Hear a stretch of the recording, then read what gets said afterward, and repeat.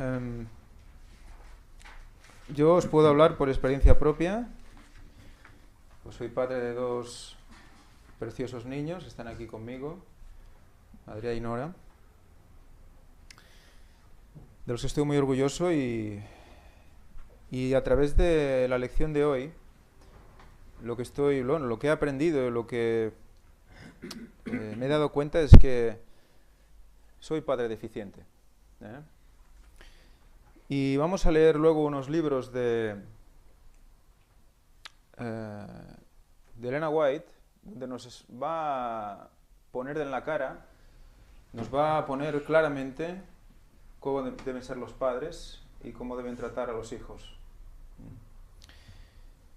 Con la lección que nos da Jesús, que hemos visto durante toda la escuela de esta semana, ya nos hacemos una idea de cómo debemos ver a nuestros hijos, o a los niños en general. El versículo para memorizar dice: y le dijeron, ¿oyes lo que estos dicen? Y Jesús les dijo, sí. ¿Nunca leísteis de la boca de los niños y de los que maman ¿Nunca leísteis de la boca de los niños y de los que maman perfeccionaste la alabanza? Mateo 21:16. Vamos a desgranar un poco este mensaje, porque más adelante nos dice que a los sabios le era negada la sabiduría y en cambio a los niños les sería revelada. Yo eso lo he experimentado, y no es solo en cómo un niño se muestra ante una dificultad o ante una decepción o ante la verdad, porque se muestra receptivo, con una inocencia, sino además respecto de la luz que te puede aportar la palabra de Dios. Mi experiencia personal con mi hijo, por ejemplo, os voy a explicar un caso que a mí pues me recordó mucho cuando leí esta lección, y es cuando me viene así de repente y me dice: papá, cuando Jesús limpia los pies a sus discípulos, ¿eso no tiene nada que ver con los pies de la estatua de Daniel 2? Y yo pues me quedé un poco sorprendido. Como al principio le iba a decir, no hombre, no, una cosa es eso y otra cosa es lo otro, ¿no? Pero luego antes de responder pensé, a ver, la estatua de Daniel somos nosotros en los pies, es Europa, ¿no? Y además Jesús limpia los pies como humildad, pero el agua que es agua pura, limpia los pies. ¿Cómo debemos estar nosotros antes de que Cristo vuelva? ¿Cómo debemos estar nosotros antes de que se presente y nos reclame? Perfectos, ¿no? Santificados, purificados. Santificados, purificados. Pensé eso y le dije, hijo mío, el Espíritu Santo te ha dicho algo y tú nos lo estás mostrando. Y eso le tiene que animar a seguir estudiando. Y a mí me enseñó muchísimas cosas.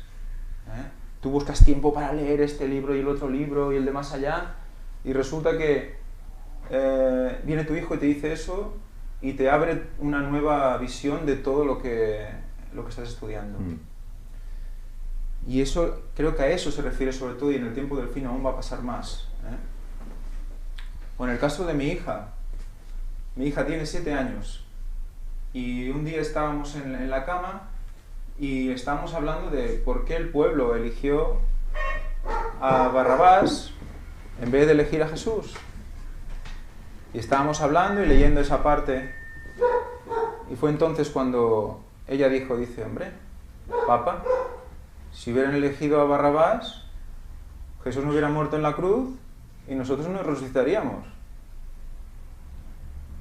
Y yo me le quedé mirando, dije, pues claro, efectivamente.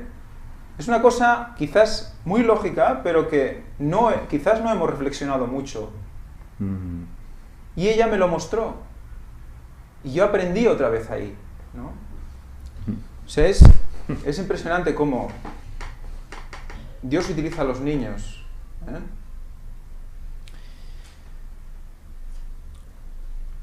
Aparte de esto,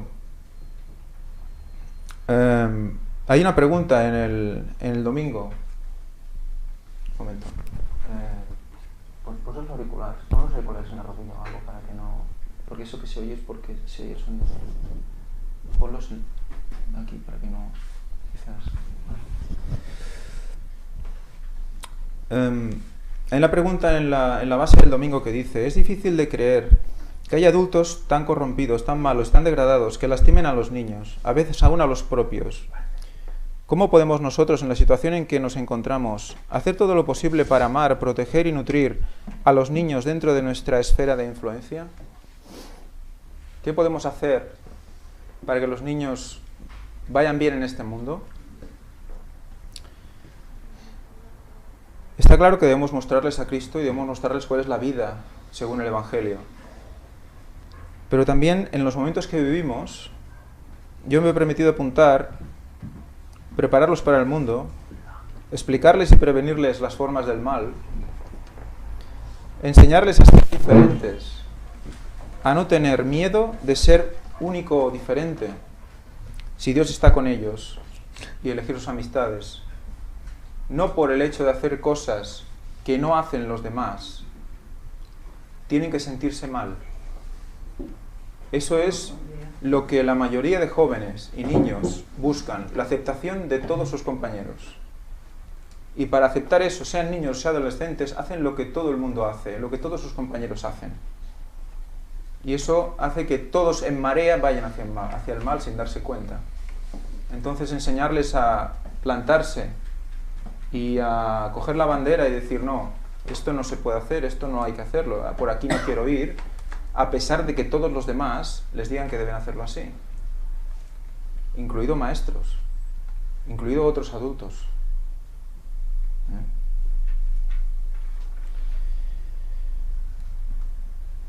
Vamos a ver aquí. Sí. Yo quisiera decir también la experiencia que tuve con mis hijas, y recuerdo que lo que antes tú decías, ¿no? Nos enfrascamos mucho en querer buscar o saber, pero que tengamos siempre presente que tenemos un tesoro en casa, que son los niños, que son los candidatos al cielo que se nos han dado para poder entregarlos al Señor, y debemos prepararlos. Yo recuerdo la etapa de la infancia de mis hijas, que claro que son mellizas, o sea que nos llevan diferencia solo de 6 minutos, y la experiencia mejor que recuerdo con ellas es que desde cuna, o sea, no desde que ya tenían 3, 4 años, sino desde cuna, orar con ellas, claro, ellas en principio te da la sensación de que no se enteran, ¿no? Pero ir contándoles cosas de la Biblia. Y después, cuando ya empiezan a ser mayorcitas y puedes estar sentados todos juntos, empezando a hacer una escuela sabática o a explicar alguna historia bíblica, en vez de contar cuentos de que mira, viene el no sé quién y te dará no sé cuánto y la oveja le dijo, no, cuestiones bíblicas, pues recuerdo que esto a ellas les hizo mucho bien, y a mí también, y nos unía muchísimo, y creo que es lo mejor que un padre puede hacer por un hijo, dedicarles esos minutos de culto devocional con ellos. Y bueno, después los resultados van saliendo, porque todo esto queda, y a veces quizás los hijos, ya sabes, la vida da muchas vueltas, unos pueden ir, otros volver, en cualquier circunstancia de la vida, incluso espiritual, ¿no? Pero eso lo tienen siempre. Y no somos conscientes de que los niños son el tesoro de cualquier iglesia, de cualquier lugar donde se congregan personas. Porque ellos, como tú decías antes, son la clave para hacer grandes cosas a partir de ahora. Porque los niños, está profetizado que van a predicar. ¿Qué sucedió en 1840 aproximadamente? Que niños de hasta 7 años predicaban en Escandinavia, y esto está registrado en el conflicto de los siglos, y la gente se convertía por el poder de las palabras que emanaban de ellos. ¿Quién les decía a estos niños lo que tenían que decir? Y de ese modo eran guiados por el Espíritu Santo. Pero claro, eso no se hace si no hay una función de los padres instruyendo también a los niños. Esa es la labor que debemos hacer y que nunca nos vamos a arrepentir de haberla hecho. Nunca. Sí, Señor. Y como muestra...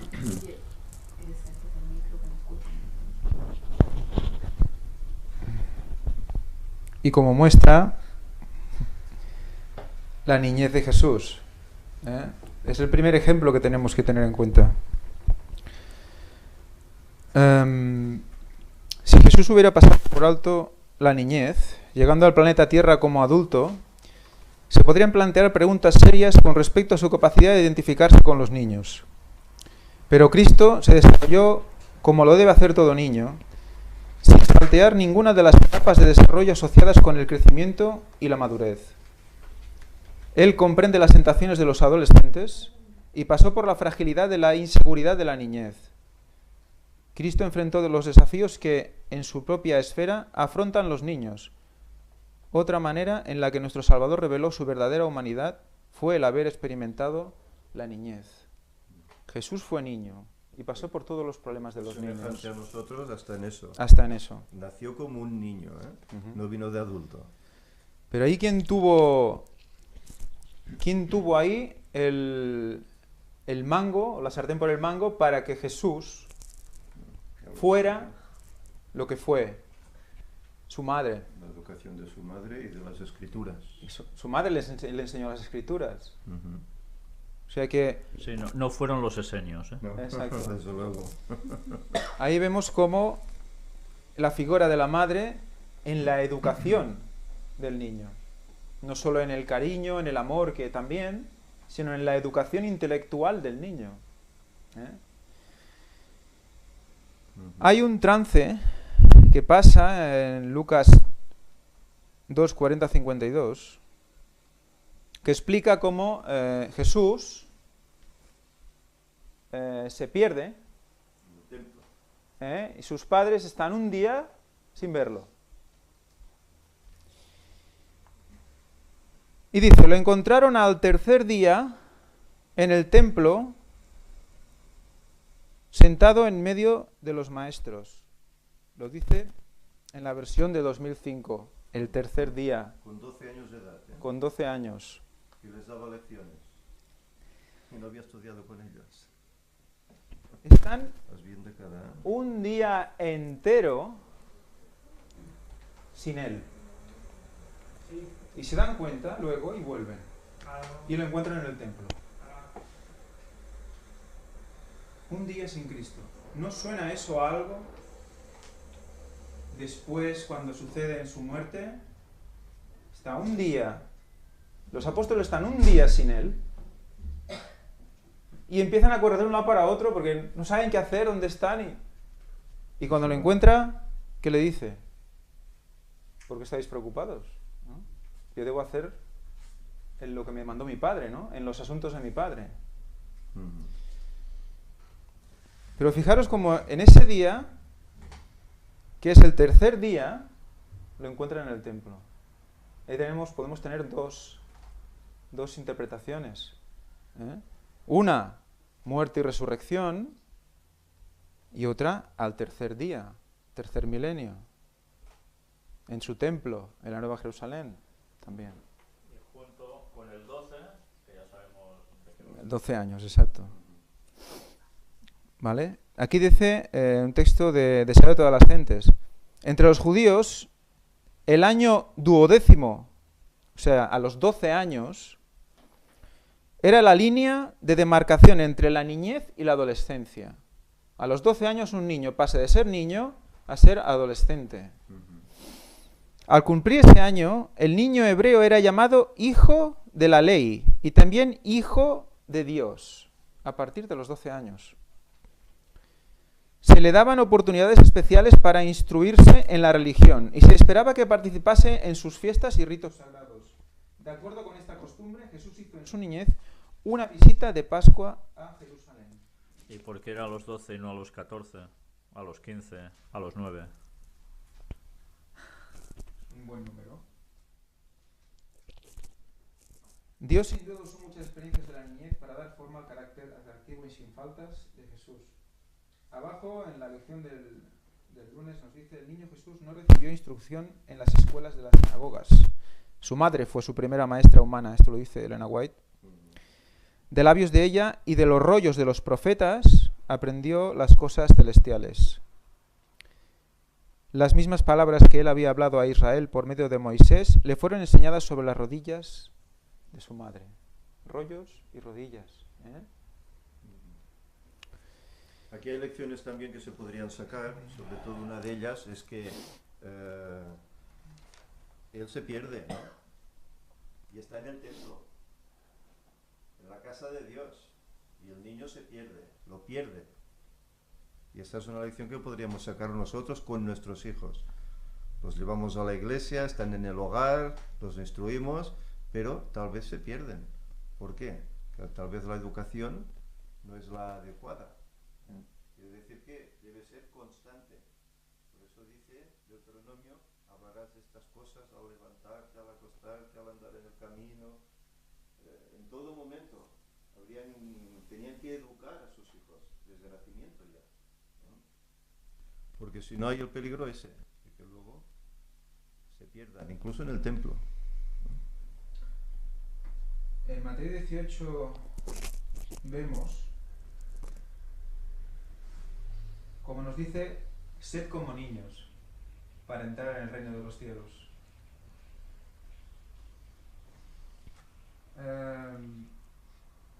También nos dice: y se lo revelaste a los niños. O sea, no se lo enseñaste a los sabios, se lo revelaste a los niños. De estos dos textos, ¿qué podemos concluir? Si no somos como niños, no se nos revelarán cosas. Si nos hacemos los sabios, no se nos revelarán cosas. Y por lo tanto no entraremos en el reino de los cielos. Las dos. Aquí me gusta el concepto que habla de los niños como una autenticidad singular. Eso es el peligro de las ideas preconcebidas. Un niño no tiene esas ideas preconcebidas. Prejuicios, no tiene prejuicios. Ahí está. Y es más fácil entonces de que pueda aprender. Nosotros a veces tenemos que cambiar conceptos que hemos aprendido de años, y aunque vemos la evidencia de que eso es cierto, pero es que yo lo veo así, y a mí me enseñaron así, y yo a cambiarlo ahora, pero a veces tenemos que dar el brazo a torcer y hacer cambios. Elena White dice que una cosa aprendida en un niño se le queda marcado un surco en el cerebro que es como si lo marcaras sobre una piedra. Sí, sí. Cuando tú haces un surco sobre una piedra, ese surco no lo tapas. Se queda ahí, no se borra. Pues eso es la mente de un niño. Por lo tanto, lo que tú a un niño le pongas en sus primeros años, se le va a quedar grabado como la piedra. Sea lo bueno, sea lo malo.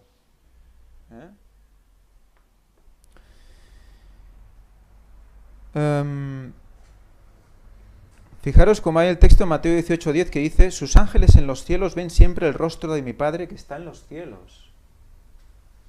Los ángeles de nuestros hijos están pegados a Dios Padre y ven el rostro de Dios. Tengamos eso presente cuando estemos con un niño, o cuando lo reprendamos, cuando perdamos la paciencia, porque quizás hay que tener un poco más de paciencia. Y esto os lo estoy diciendo a vosotros y me lo estoy diciendo a mí mismo. Esto también me hace pensar en personas que a veces me escriben y me dicen: ¿y a Dios lo podremos ver alguna vez? ¿Los ángeles ven a Dios Padre? Pues sí, lo ven, y ya veis quién lo ve: los ángeles que custodian hasta nuestros hijos también, por tanto también a nosotros.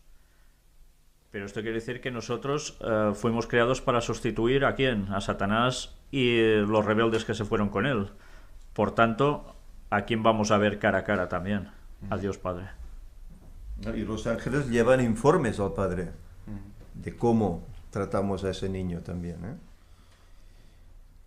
Fijaros, siguiendo la línea, como en Mateo 10:13 al 16, cuando dice Jesús que que los niños se acerquen a Él, dice en las diferentes versiones, en la del 77 dice: porque de ellos es el reino de los cielos. En la del 2000 dice, de los que son como ellos, es el reino de los cielos. Y la Kadosh, la traducción de la hebrea mesaica, dice, o mesiánica dice, cualquiera que no reciba el reino de Yahvé como un niño, no entrará en él. Fijaros los tres matices. Porque una cosa es ellos, otra cosa es ser como ellos. Pero recibirlo como ellos. Cuando yo le envío un email a Adrià y le dije, Adrià, Dios tiene la forma parecida a la del hombre. Le envié el texto de Elena White a su email. Él lo vio. Y luego le envié otro y le dije, mira, dice que vamos a volar y ponernos encima del muro de la Nueva Jerusalén, con nuestras alas. Se lo dije, y él la cara que me puso fue, ¿sí? Eso es lo que tenemos que recibir nosotros, como niños. Entonces, cuando tú investigas la palabra de Dios y buscas en los tesoros escondidos y encuentras, porque el Espíritu Santo lo permite, se te queda esa cara. ¡Oh! Como niño. Pero si solo nos conformamos con lo que está en la superficie, si nos quedamos ahí y ya está, vamos a aburrirnos. ¿Y cómo vamos a mantener ese espíritu de niño? Si no aprendemos, porque la vida de un niño constantemente, ¿en qué consiste? En aprender. Constantemente. Y un adulto no tendría que dejar de aprender. Porque la mente se atonta, se degrada con más facilidad si no aprendes. ¿Recordáis esos artículos científicos que hablaban de que el deporte generaba nuevas neuronas? Y que si no aprendíamos algo después, ¿no se fijaban? No sé si recordáis. Sí, sí. O sea que la creación de nuevas neuronas que hace que contrarreste la degradación del cerebro, porque consiste simplemente en perder volumen, cuanto más mayor te haces, vas perdiendo volumen cerebral y eso implica el envejecimiento, pues esas nuevas células que se van generando, si las fijas, aumentan el volumen del cerebro, por lo tanto estás frenando el envejecimiento. El aprender constantemente, el ser como niños, frena el envejecimiento. Hay algo que yo quiero opinar acerca de eso, de ser como niño. También tiene otra implicación. Por ejemplo, ¿cómo toma un niño cuando tú le haces algo? Cuando tú te has equivocado y le has hecho, por así decirlo, algún daño o le has gritado o algo. Ese ejemplo me acuerdo que me lo puso mi hermano, porque cuando estábamos hablando acerca de ello, de que como de ser como un niño, lo que decía la Biblia, pusimos de ejemplo a mi hermanita, a la más pequeña que tiene 12 años. Y cuando nosotros le gritábamos o le hacíamos alguna cosa, al principio ella se enojaba, pero inmediatamente al cabo de 2-3 minutos ya se le había olvidado, ya se le había pasado. ¿Y qué pasa con nosotros adultos? Alguien nos hace algo y nos grita, ¿cuántos días estamos enojados? Años pueden pasar. Entonces un niño no, por eso también Jesús aplica eso, de ser como un niño, de olvidarnos de lo que nos hacen. De simplemente en el momento te enojaste, pero ya se te pasa el rencor. Y eso los niños no tener en cuenta. Y los niños pasan muy a menudo. Exacto. El rencor. A veces tú crees que no te va a perdonar nunca en la vida el error que has cometido, y por la mañana se levanta y te dice, papi, ¿qué faremos hoy? Ah, y no se acuerda. Ya no se acuerda, ¿no? Yo no digo nada. Porque están renovándose constantemente. Quieren, pues bueno, otro estímulo, vamos allá, ¿no? Otra oportunidad. Sí. O sea que hay un texto de Elena White, Deseo a todas las gentes, en el jueves, que dice, en los niños que eran puestos Espera, que yo... no, ya está. En los niños que eran puestos en relación con él, Jesús veía a los hombres y a mujeres que serían herederos de su gracia y súbditos de su reino, algunos de los cuales llegarían a ser mártires por su causa. Él sabía que estos niños lo escucharían y aceptarían como su receptor con mayor facilidad que los adultos, muchos de los cuales eran sabios en las cosas del mundo y de corazón endurecido. En su enseñanza, él descendía a su nivel. Él, la majestad del cielo, no desdeñaba contestar las preguntas y suplicar sus importantes lecciones para adaptarlas a su entendimiento infantil. Implantaba en sus mentes semillas de verdad que en años ulteriores brotarían y darían fruto para vida eterna. Yo me pregunto, ¿la adaptación que Jesús hacía en sus explicaciones implicaba una fábula de animalitos hablando? Yo creo que no recuerdo ninguna en la Biblia que sea así. Como no les hablara de la mula de Balaam, no creo que les hablase de otro. Él hablaba a los niños, y cuando hablaba a los niños, yo veo que la Biblia está dirigida a todas las edades, según dice. Y esas fábulas y esas parábolas también eran para los niños, que veían cómo sus padres cultivaban y sus padres recogían y sus padres... O sea que deben estar los niños escuchando como adultos. Y lo que no entienden, preguntarlo a sus padres. Y cuando nos toca hablar con ellos, explicárselo con las palabras básicas y con el esquema necesario para que lo entiendan sus mentes. Es que fíjate que tú antes leías el versículo inicial, pero esa escena es cuando Jesús entra al templo y desaloja a los cambistas. Pero en esa escena dice que los muchachos, los jóvenes, están gritando: Hosanna al que viene en nombre del Señor, al Hijo de David. Son los muchachos, por eso le reprenden. Oye, ¿y no les dices nada? Mira lo que están diciendo, ¿no? Y por eso él dice estas cosas, ¿no? De ellos es el reino. Sí, Señor. En el viernes nos recuerda... Al mensaje. En el viernes nos recuerda, Elena White dice: es todavía verdad que los niños son más susceptibles a las enseñanzas del Evangelio. Sus corazones están abiertos a las influencias divinas y son fuertes para retener las lecciones recibidas. Los niñitos pueden ser cristianos y tener una experiencia de acuerdo con sus años. Necesitan ser educados en las cosas espirituales y los padres deben darles todas las ventajas a fin de que adquieran un carácter semejante al de Cristo. Los padres y las madres deben considerar a sus hijos como miembros más jóvenes de la familia del Señor, a ellos confiados con el fin de que los eduquen para el cielo. Las lecciones que nosotros mismos aprendemos de Cristo debemos darlas a nuestros hijos, a medida que sus mentes jóvenes puedan recibirlas, revelándoles poco a poco la belleza de los principios del cielo. Poco a poco. También recordar que cuando dice los niños vengan a él, Elena White dice que no son solo niños, que también son adolescentes los que se acercaron a él. No eran solo bebitos y pequeñitos, no, también adolescentes. Yeah.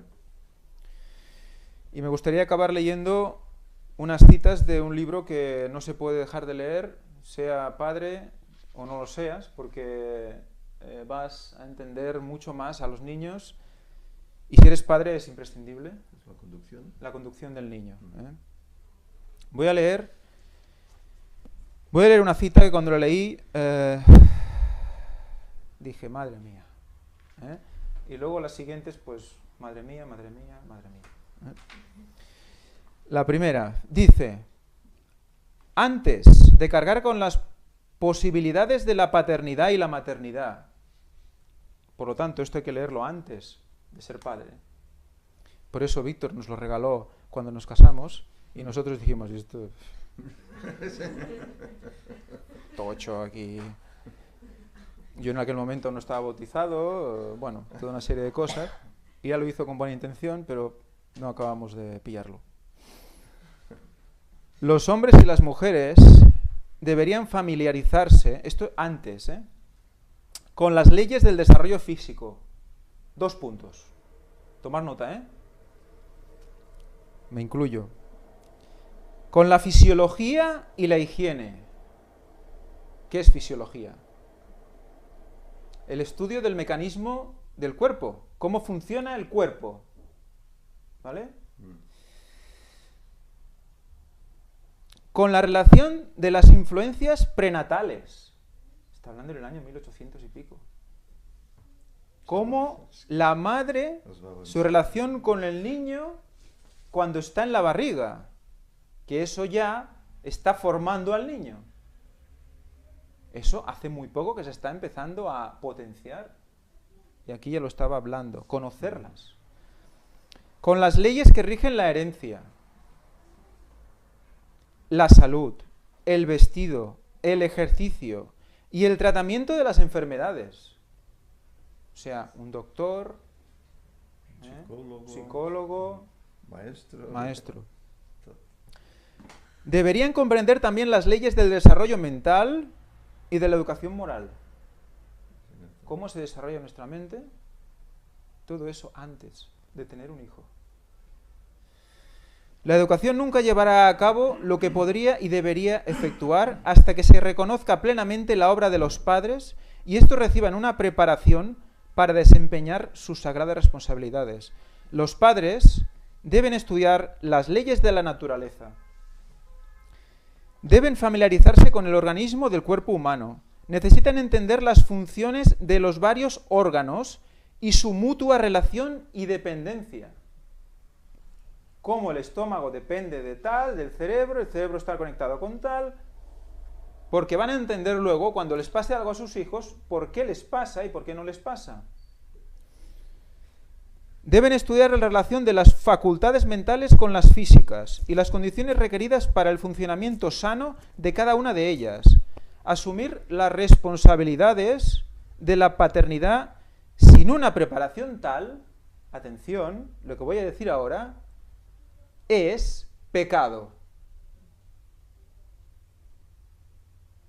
Es pecado. ¿Conocemos algún padre no pecador? Yo no. Todos somos pecadores. Y el que diga que no lo es, le falta reconocer el pecado. Tener un hijo es una gran responsabilidad. Tener un hijo es un tesoro, sí, es muy bonito, pero no es decir, ay, me siento solo, voy a tener un hijo. No. O para salvar el matrimonio. Y o esas cosas, tantas sí, otras cosas. exacto. Es una personita que Dios pone para que nosotros la cuidemos, que luego tendremos que entregársela Sí, señor. cuando Él venga. Sí, señor. Y si Elena White dice esto de cómo deben ser los padres, quiere decir de que entonces nos hemos de preparar, o todo el mundo se debería preparar para ser padre prácticamente desde niño. Y reconocer si tú no eres capaz de ser un buen padre. Porque quizás, haciendo todo ese análisis, dices, Fatal. mi herencia, mi conocimiento, no soy capaz de esto, quizás no debería, quizás los tiempos no son los adecuados. No sé, es cada uno lo suyo, ¿vale? Pero nos dan las pautas, Elena White nos da las pautas, son duras, quizás las ves delante y lo primero que se te ocurre es tirar el libro a la basura, porque así no tienes que luchar contra esto, pero es la verdad. Lo que te vas a ahorrar después es mucho. Y ahora vienen más consejos, tanto para padres como para hijos. No deis nada que sea pedido con llanto. Un niño llora y cuando llora, toma y calla. ¿No? Vale, pues no. Otras.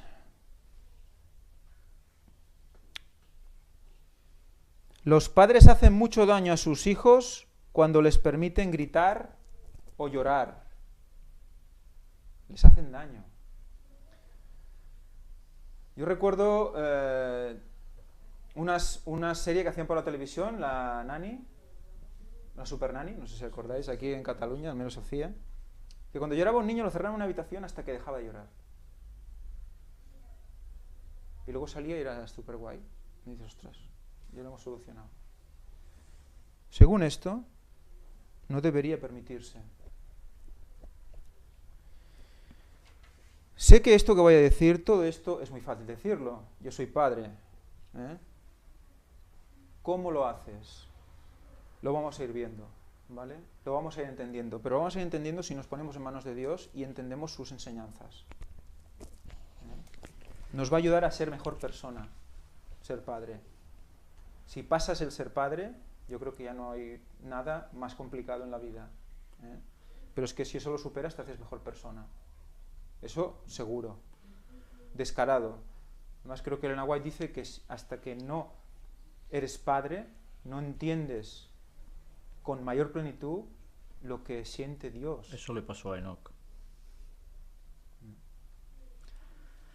Y fijémonos también en lo interesante de lo que decías. Recordemos como antiguamente, cuando un niño debía tener un cometido especial designado por Dios, Dios a quien iba, a la madre, al padre, les decía cómo debían cuidarse antes del nacimiento del niño.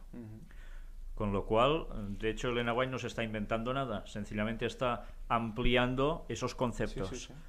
Y entonces pensemos cómo debería ser María, la madre de Jesús, y cómo debería ser José, para ser los padres de Jesús, elegidos especialmente para hacer esa función ya en el niño antes de nacer. María con 16 años.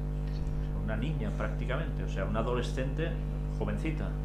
Pero qué preparación debería tener como pariente precisamente de gente del sacerdocio, ¿no? Yo quiero decir algo, bueno, referente a eso que estamos hablando de la responsabilidad de los padres. Hay algo que voy a decir que tal vez va a parecer machista para la gente de ahora, por así decirlo.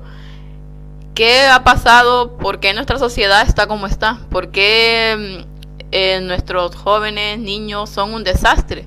¿Por qué? Porque Satanás ha hecho un trabajo bien hecho, bien.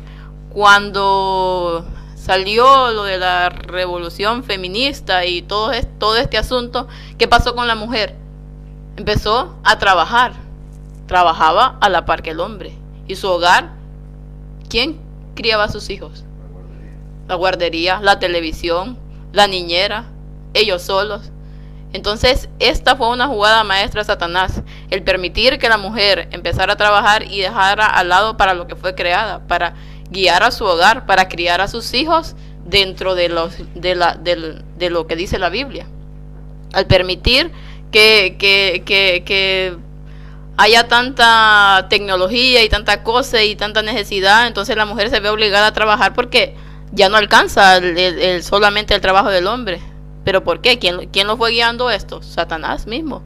Porque sabía que una vez que los hijos se quedaran solos y que fueran criados no por quien debería de ser criado, entonces iba a meter todas sus artimañas y todos sus engaños al niño. Entonces iba a ser una sociedad tal y como está ahora.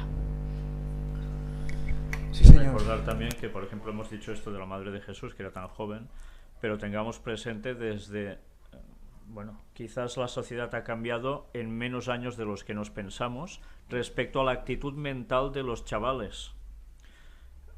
En tiempos bíblicos ya vemos que siendo adolescentes prácticamente tenían una mentalidad impresionante. Vemos en los tiempos de Elena White los pioneros, gente muy joven, pero muy joven, y tenía una capacidad mental y de solidez tremenda. Y ahora los jóvenes ya no parecen jóvenes, parecen niñatos. Jóvenes y jóvenes, entendedme, ¿eh?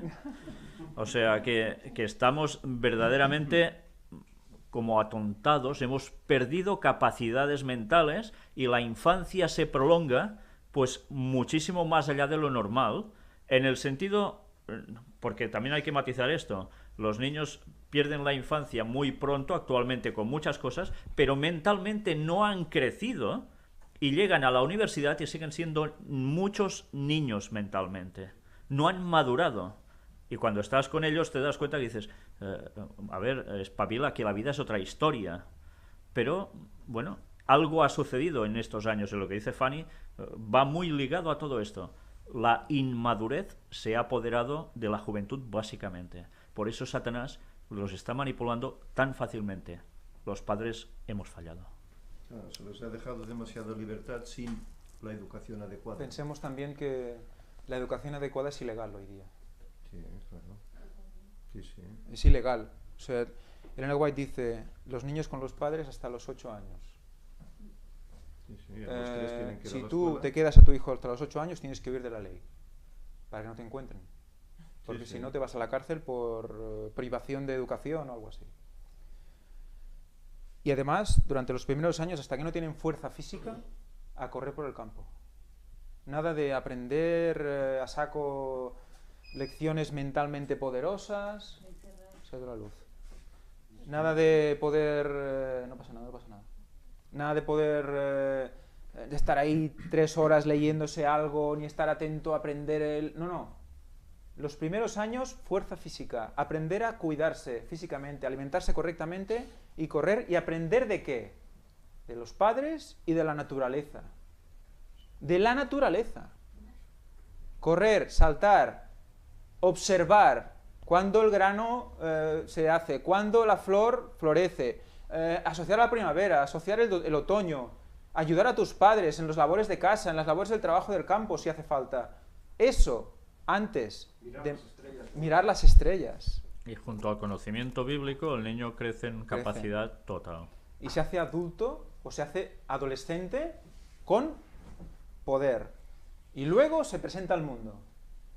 Cuando tiene ya el núcleo formado, va al mundo. Ya le pueden atacar, sí, va a recibir y pam, pero él podrá devolver con lo que él ha conocido en los primeros años de su vida. Con las, que hemos dicho, las zanjas en la piedra que tiene en su cerebro que no se habrán borrado. Eso es un caso idílico. Hoy en día es ilegal. Ya se ha cuidado Satanás de que sea ilegal. Sí, sí. Pero bueno, dentro de lo que estamos, y dentro de la situación que estamos, evidentemente, si no hubiera una solución, estaríamos todos perdidos. Tenemos niños y hay que enseñarles. Y hay que enseñarles las maneras de pecado, los diferentes tipos de pecado que hay hoy en día. Y gracias a Dios, y gracias a los descubrimientos que estamos haciendo, los niños van a aprender cosas. Y van a solucionar cosas con la ayuda de Dios. ¿No está convirtiendo gente en horas? ¿No está convirtiendo gente que no ha tenido esta infancia en días? ¿No están haciendo estudios bíblicos en semanas? Pues, ¿cómo no va a poder ser un niño? Que es la niña de los ojos de Dios. ¿Cómo no va a poder ser? O sea, que los niños que me están escuchando ahora, especialmente mis hijos, no os preocupéis porque Dios está ahí. Y Jesús murió por todos nosotros. Para que resucitemos, como dijiste Nora, todos. Pues nada, yo acabaré aquí. Tenía unas cuantas seleccionadas, pero bueno, acabo con una, la última. Muchos se han engañado en lo que se consideran cosas pequeñas. Las cosas pequeñas tienen una relación importante con el gran todo. Dios no pasa por alto las cosas infinitamente pequeñas. Infinitamente pequeñas.